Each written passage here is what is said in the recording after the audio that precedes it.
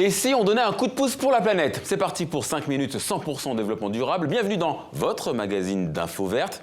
Et on commence comme d'habitude par notre tour du net de l'actu écolo. Des fourmis d'Amazonie malades des phtalates, des milliardaires qui se cotisent pour la planète. Et puis, je préfère manger à la cantine, mais locale s'il vous plaît. Le coup de presse de la semaine est signé Mylène Girardot.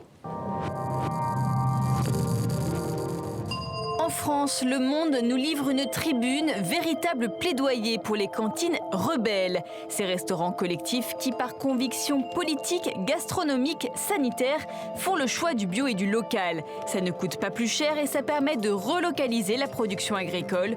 Plus que rebelles, ces cantines sont surtout des modèles. Des composés chimiques issus des plastiques retrouvés chez les fourmis de la forêt primaire guyanaise. Si les phtalates ont contaminé les insectes d'Amazonie, cela veut dire que nulle part sur Terre on ne peut y échapper. Chez les humains comme chez les autres espèces, ces perturbateurs endocriniens sont dangereux pour la santé. Ils favorisent notamment grossesse à risque, infertilité, allergie ou encore puberté précoce. On espère qu'ensemble, ils réussiront aussi bien qu'individuellement. Sous l'impulsion de Bill Gates, des grands patrons investissent dans un fonds d'1 milliard de dollars. Ces grandes fortunes de l'économie numérique financent collectivement innovation et technologie pour lutter contre le réchauffement climatique.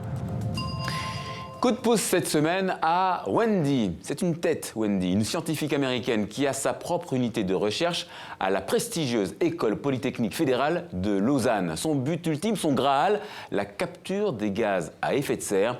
Nos confrères de la télévision suisse l'ont rencontrée. Wendy Lee Quinn, 35 ans, chef de projet, une sommité, professeure à la prestigieuse université américaine de Berkeley. Depuis 1 an, elle a posé ses valises en Valais et mène des recherches pour piéger le CO2 à la sortie des cheminées industrielles. Le matériel que nous développons ici est une sorte d'éponge moléculaire. Elle est constituée d'un composant organique et d'un autre métallique. Cette structure va réussir à piéger une quantité incroyable de dioxyde de carbone. L'équipe de Wendy Lee Quinn travaille ici avec un matériel de pointe et des budgets quasi illimités. Aujourd'hui, le fonctionnement d'un laboratoire de ce type coûte environ 800 à 1 million de francs par année. Et puis, il n'y a pas une contrainte économique à court terme, il y a une contrainte scientifique, puisqu'on travaille d'abord pour la science. Et chaque laboratoire va amener en tout cas une partie de la connaissance qui est nécessaire pour faire avancer le domaine tout entier. Capturer et stocker le gaz responsable de l'effet de serre, une course planétaire contre le réchauffement climatique. Pourtant, la scientifique américaine s'inquiète face au scepticisme affiché de son nouveau président. L'élection de Donald Trump nous préoccupe vraiment, car jusqu'ici, les États-Unis investissaient énormément d'argent dans tous les aspects de la recherche sur le changement climatique, que ce soit le piégeage, la transformation en combustible ou encore le stockage de CO2.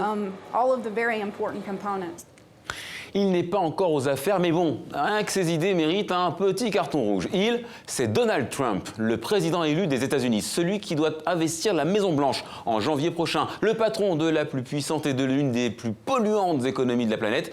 Eh bien, cet homme-là est un climato-sceptique avéré. Il avait même, à une époque, qualifié le réchauffement climatique de canular. Et il persévère, puisqu'il a nommé Scott Pruitt à la tête de l'Agence de protection de l'environnement, un type de 48 ans connu pour ses accointances avec les lobbies du pétrole, et qui s'est battu contre l'administration Obama pour déréguler l'extraction énergétique. Elles vont être sympas les 4 prochaines années. Allez, des images maintenant qui parlent d'elles-mêmes. Elles sont signées Franck Fougère, un jeune réalisateur corse dont nous avions relayé l'appel aux dons, c'était il y a 4 ans. Franck sillonne notre planète pour en capter toute la beauté. Et voilà un échantillon de ce qu'il a ramené dans ses valises. Et c'est vrai que, vue comme ça, elle est belle, notre bonne vieille terre.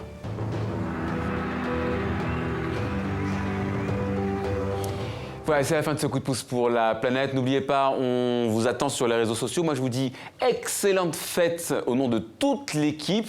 On se retrouve en 2017. Et d'ici là, prenez soin de la planète, elle le mérite.